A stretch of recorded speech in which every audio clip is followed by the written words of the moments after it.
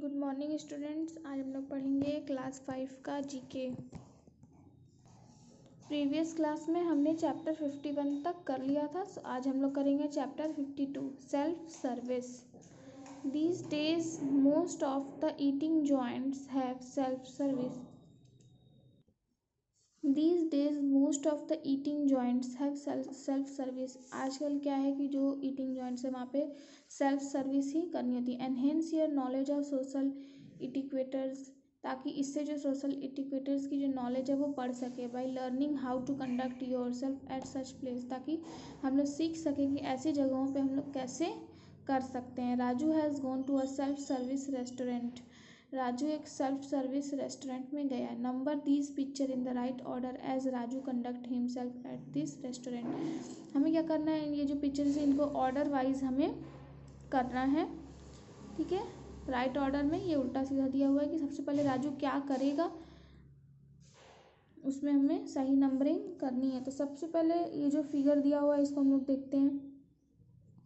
तो सबसे पहले ये होगा बी वाला। बी में हम लोग यहाँ पे लिखेंगे फर्स्ट नंबर, क्योंकि सबसे पहले राजू जाएगा और काउंटर पे बात करेगा, ठीक है। काउंटर पे बात करने के बाद जो भी उसे खाना होगा उसे वो बताएगा। फिर यहाँ पे क्या करेगा, पेमेंट करेगा, ठीक है। यहाँ पे उसने पेमेंट कर दिया तो एफ वाला जो है वो सेकंड नंबर पे। फिर वो जब पेमेंट कर दिया है तो वो क्या कर रहा है, खाने के लिए वेट कर रहा है कि कब उसका खाना आए। तो थर्ड नंबर का होगा सी, ठीक है। तो सी नंबर वाला जो है वो थर्ड नंबर पे सबसे पहले काउंटर पे गया, बात किया और उसने खाने के लिए बताया कि क्या खाना है। फिर उसने ऑर्डर दे दिया। फिर उसने सेकंड नंबर पे जो है सबसे फिर उसका पेमेंट वो करेगा। पेमेंट करने के बाद वो यहाँ पे वेट कर रहा है ऑर्डर आने का, ठीक है। फोर्थ नंबर पे उसका ऑर्डर वो लेकर के आ रहा है अपना खाना खाने के लिए फोर्थ नंबर पे।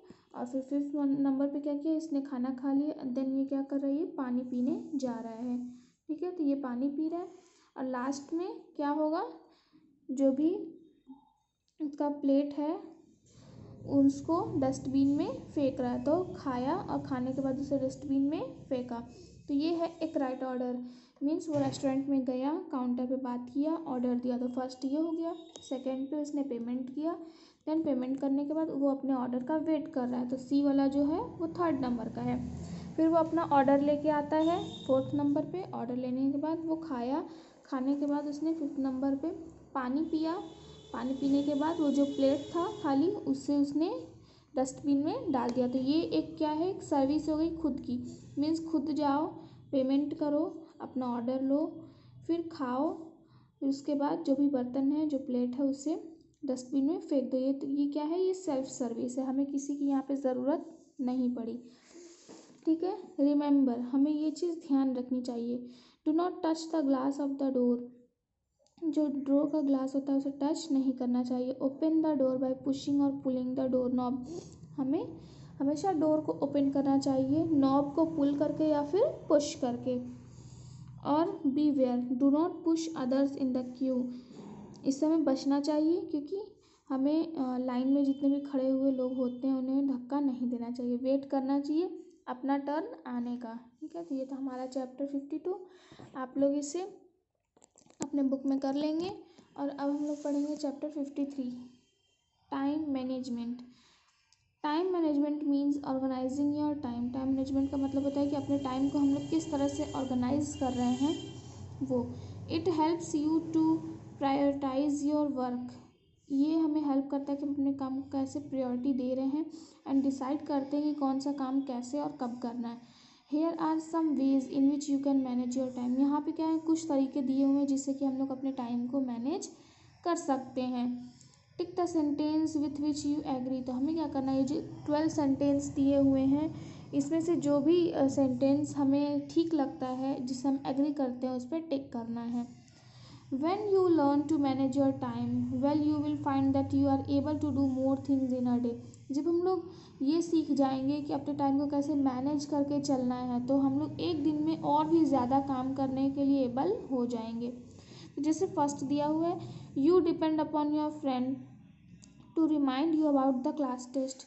ये तो एग्री नहीं करते हैं। जब क्लास टेस्ट है तो आप अपने फ्रेंड पे डिपेंड हो कि कब वो हमें याद दिलाए कि कल क्लास टेस्ट है। नहीं। सेकंड है you like to prepare a time table for week, इससे हम एग्री करते हैं कि हम लोग एक वीक का पूरा टाइम टेबल बना के अगर हम लोग रखेंगे इससे हमारा टाइम बचेगा। तो ये है, यहाँ पे हम लोग टिक करेंगे इसे। थर्ड पे दिया हुआ है every night before going to bed you tick the things that you were suppose to do in a day.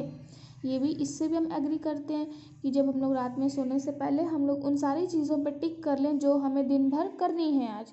तो ये भी, इससे भी हमारा टाइम बचेगा। तो यहाँ पे हमने इसे टिक कर लिया है।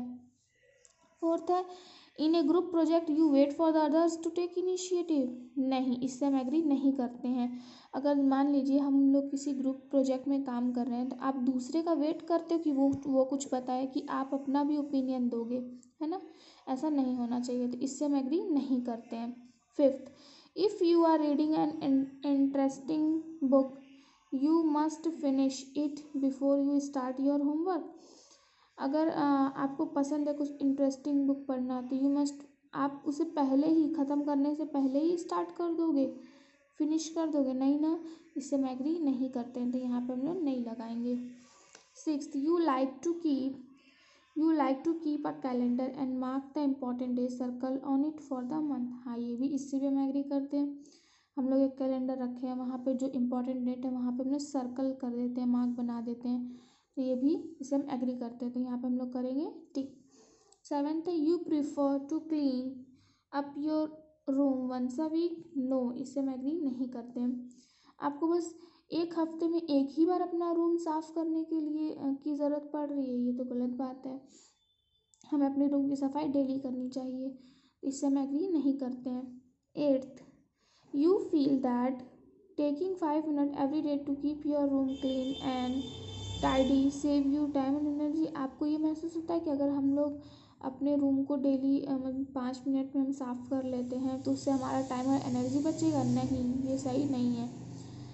Ninth, in your weekly time table you a lot time for school homework play and relaxation. ये सही बात है, इससे एग्री करते हैं, तो यहाँ पे करेंगे टिक। इसका मतलब होगा कि जो आपका वीकली टाइम टेबल है उसमें आपने स्कूल का टाइम, होमवर्क का टाइम, खेलने का टाइम और रिलैक्सेशन का टाइम लिखा है, ये सही है, ठीक है। फिर दिया हुआ है 10th, you prefer to watch television then complete your project which has to be submitted next week. इससे हम एग्री करते हैं, यहाँ पे करेंगे टिक। इसमें बता रहे हैं कि जो आपको प्रोजेक्ट सबमिट करना है नेक्स्ट वीक में उसे आप कंप्लीट करके जब आप टीवी देखते हो तो ये तो सही है, मीन्स सबसे पहले अपना काम कंप्लीट कर लो फिर उसके बाद टीवी देखो, तो इससे हम लोग एग्री करते हैं, यहाँ पे करेंगे tick. 11, you complete your homework before you go out to play in the evening. आप अपना काम पहले ही ख़त्म कर देते हो शाम होने से पहले ही, इससे हम एग्री नहीं करते हैं, तो यहाँ पर हम लोग टिक नहीं लगाएंगे। 12, instead of revising little portion of each subject every day you prefer to revise them all together before the exam. ये भी गलत है, इससे हम एग्री नहीं करते हैं। देखिए, इसमें बोल रहा है कि आपको डेली छोटा छोटा जो टॉपिक है उसे रिवाइज़ करने के बजाय आप सारे टॉपिक को एक ही बार एग्ज़ाम में रिवाइज करोगे, इससे तो हमें कोई फ़ायदा ही नहीं होगा, इससे हम लोग एग्री नहीं करेंगे, तो यहाँ पर हम लोग टिक नहीं करेंगे। तो ये था हमारा चैप्टर 52 और 53। आप लोग इसे अपने बुक में कर लेंगे और नेक्स्ट क्लास में हम लोग इसके आगे का चैप्टर पढ़ेंगे।